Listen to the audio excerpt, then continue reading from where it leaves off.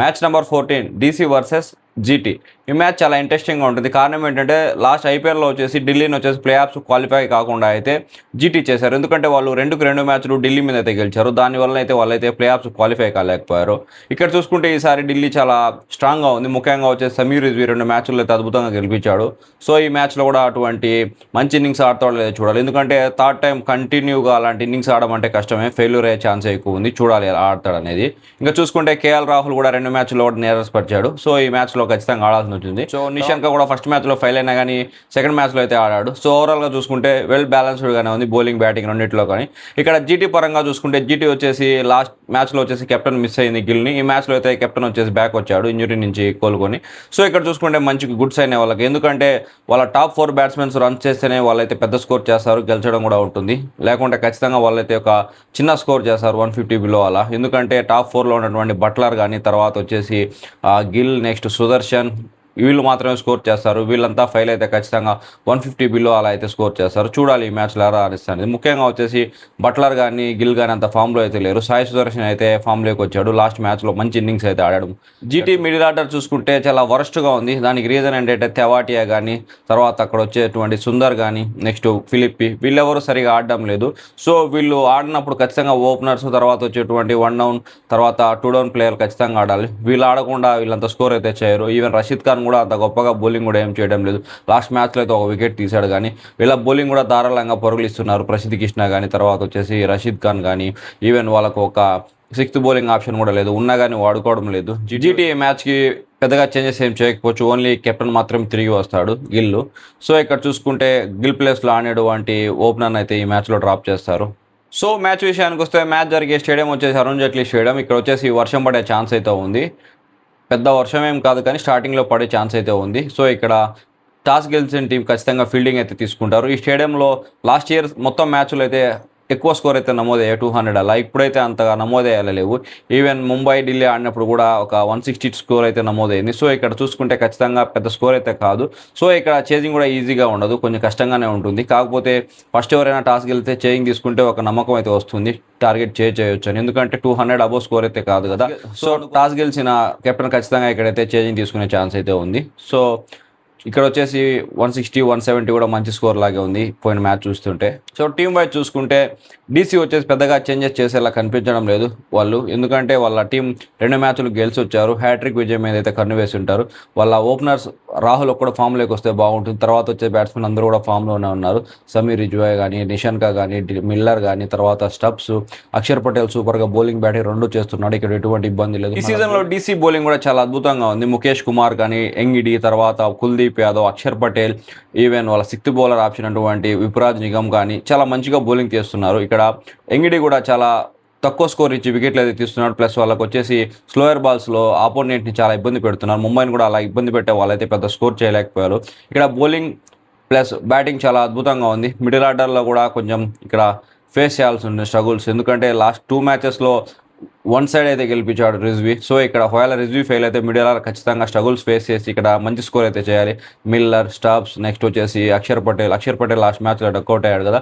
So ఇక్కడ ఒక ఎడ్జ్లో చూసుకుంటే ఢిల్లీ మ్యాచ్ గెలిచేలా ఉన్నారు. ఎందుకంటే వీళ్ళ టీం పర్ఫార్మెన్స్ 2 మ్యాచ్ల్లో బాగా చేశారు. 3వ మ్యాచ్ కూడా గెలిస్తే హ్యాట్రిక్ అవుతుంది. ఇంకా నెక్స్ట్ జీటీ విషయానికి వస్తే ఈ మ్యాచ్ జీటీ ఓడిపోయిందంటే హ్యాట్రిక్ పరాజయాలు అయితే ఉంటాయి. సో ఇక్కడ ఎవరు గెలిచినా ఎవరు ఓడిపోయినా హ్యాట్రిక్ అయితే అవుతుంది. ఒకవేళ జీటీ ఓడిపోతే జీటీ హ్యాట్రిక్ ఓటములు, ఢిల్లీ గెలిస్తే ఢిల్లీ హ్యాట్రిక్ విజయాలతో అయితే ఉంటారు. జీటీ గురించి చూసుకుంటే జీటీకి వచ్చేసి ఒక పాజిటివ్స్ అనేది ఏంటంటే వాళ్ళ కెప్టెన్ కంబ్యాక్ ఇస్తున్నాడు ఈ మ్యాచ్లో. సో ఇక్కడ వచ్చేసి కుషగ్గర అయితే లాస్ట్ మ్యాచ్లో ఓపెనింగ్ ఆడాడు, అతను అయితే డ్రాప్ చేస్తారు. నెక్స్ట్ ఇంకొకటి కూడా చేసే ఛాన్స్ ఉంది. ఇక్కడ వచ్చేసి రబాడాను డ్రాప్ చేసి అతని ప్లేస్లో వచ్చేసి హోల్డర్ని తీసుకురావచ్చు. ఎందుకంటే హోల్డర్ అయితే బ్యాటింగ్ బౌలింగ్ 2 పనికి వస్తాడు. ఎందుకంటే లాస్ట్ మ్యాచ్లో రబాడా మంచి ఇన్నింగ్స్ ఆడాడు, వికెట్లు కూడా తీసాడు. కానీ ఇక్కడ హోల్డర్ ఉన్నటువంటి 4 ఓవర్స్ ప్లస్ ఒక ఆల్రౌండర్ ఇంపాక్ట్ అయితే క్రియేట్ చేస్తాడు, మంచిగా ఫీల్డింగ్ కూడా చేస్తాడు. ఇక్కడైతే మంచి మూవ్ అవుతుంది. కానీ వాళ్ళు ఎందుకో రబాడానే రుద్దడానికి ట్రై చేస్తున్నారు. హోల్డర్ని కూడా వాడాలి. అతనైతే ఒక 30-40 రన్స్ చేయగలుగుతాడు ఒకవేళ కొలాప్స్ అయితే బ్యాటింగ్. నెక్స్ట్ మంచిగా 4 ఓవర్లు బౌలింగ్ వేస్తాడు. ఫీల్డింగ్ కూడా చాలా అద్భుతమైన ఫీల్డింగ్ అయితే చేస్తారు, మంచిగా క్యాచ్లు కూడా పడతాడు. సో ఆ మూవ్ చేస్తే బాగుంటుంది. ఇంకోటి ఏంటంటే తెవాటియా కూడా అంత యూజ్ఫుల్గా లేడు వీళ్ళకి చూసుకుంటే. సో అతని ప్లేస్లో కూడా మంచి ఆల్రౌండర్ కానీ ఓన్లీ బ్యాట్స్మెన్ కానీ తీసుకుంటే బాగుంటుంది. ఎందుకంటే అతను బౌలింగ్ చేయనప్పుడు అతను ఆల్రౌండర్గా యూజ్ చేసుకుని ఏం లాభం. ఈవెన్ వాషింగ్టన్ సుందర్ని కూడా బౌలింగ్ ఇవ్వడం లేదు, ఓన్లీ బ్యాట్స్మెన్గానే ఆడిస్తున్నారు. ఇక్కడ వాళ్ళిద్దరిని అంతగా యూజ్ చేసుకున్నప్పుడు అయితే మంచి ప్లేయర్లను తీసుకురావచ్చు. ఎందుకంటే ఆక్షన్‌లో అంతంత డబ్బులు పెట్టి కొనుక్కున్న ప్లేయర్లు ఉన్నారు గదా! ఈవెన్ హర్షద్ ఖాన్ గాని వీడటోళ్ళు. సో, వాళ్ళనైతే యూజ్ చేసుకోవాలి. ఈవెన్ వీళ్ళకొచ్చేసి ఫస్ట్ టాప్ 4 బ్యాట్స్‌మెన్ స్కోర్ కొడితేనే వీళ్ళైతే మ్యాచ్‌లో ఉంటారు. లేదంటే ఈజీగా మ్యాచ్ అయితే ఓడిపోతారు. సింపుల్ లాజిక్ ఇక్కడ. వీళ్ళ బౌలింగ్ కూడా మరీ అంత అద్భుతంగా అయితే ఏం లేదు. ఒకసారి చూసుకుందాం. సిరాజ్ వికెట్ అయితే తీస్తున్నాడు 1, 2 కాకపోతే స్కోర్ అయితే చాలా ఎక్కువ ఇస్తున్నాడు. లాస్ట్ మ్యాచ్‌లో అయితే 48 రన్స్ ఇచ్చి ఒక వికెట్ మాత్రమే తీశాడు. రబాడా 4 ఓవర్స్ ఏసి లాస్ట్ మ్యాచ్‌లో 42 రన్స్ ఇచ్చాడు. ఇక్కడ అంత గొప్ప ఫామ్‌లో అయితే ఏం లేడు రబాడా. అశోక్ శర్మ మాత్రం వీళ్ళకైతే ఒక పాజిటివ్ సైన్ ఇక్కడ. ఇతనైతే లాస్ట్ మ్యాచ్‌లో అద్భుతమైన బాల్ అయితే ఏసాడు. 154.2 కిలోమీటర్స్ వేగంతో అయితే ఒక బాల్ వేశాడు. సో, ఇతను ఇలాగే మంచి వేగంతో వికెట్లు కూడా తీసే ఛాన్స్ అయితే ఉంది. ఎందుకంటే అంత ఫాస్ట్ ఏస్తున్నప్పుడు ఖచ్చితంగా వికెట్లు అయితే పడేదానికి ఆస్కారం అయితే ఉంది కదా! సో, ఇక్కడ ఇతని బౌలింగ్ కూడా మంచిగానే ఉంటుంది జీటీకి. ఇంకా చూసుకుంటే ప్రసిద్ధ్ కృష్ణ, రషీద్ ఖాన్ ఒక టైంలో అయితే రషీద్ ఖాన్ ఏస్తున్నాడంటే అతనికి పెద్దగా కొట్టేవాళ్ళు గాదు. వికెట్ ఇవ్వకున్నా గానీ 4 ఓవర్స్‌లో ఒక 10, 15 రన్స్ గానీ, ఒక 20 బిలో స్కోర్ చేసేవాళ్ళు. అంత రెస్పెక్ట్ ఇచ్చేవాళ్ళు వికెట్ పడుతుందేమోనే భయంతో. ఇప్పుడైతే రెస్పెక్ట్ పక్కన పెట్టి అతనికి ఈజీగా ఓవర్‌కి 10 అలా కొడుతున్నారు. సో, ఇక్కడొచ్చేసి రషీద్ ఖాన్ కూడా అంత ప్రభావం ఏం చూపలేకపోతున్నాడు. ఈవెన్ లాస్ట్ మ్యాచ్‌లో గిల్ లేనప్పుడు కెప్టెన్సీ కూడా చేశాడు. ఇతనైతే ఒక వికెట్ తీసుకున్నాడు గానీ అంత యూజ్‌ఫుల్‌గా అయితే లేడు టీమ్‌కి. నెక్స్ట్ ప్రసిద్ధ్ కృష్ణ ఇతను లాస్ట్ సీజన్‌లో వచ్చేసి పర్పుల్ క్యాప్ హోల్డరు. సో, ఇక్కడ వికెట్లు తీస్తాడు కానీ స్కోర్ అయితే చాలా ఎక్కువ ఇస్తాడు.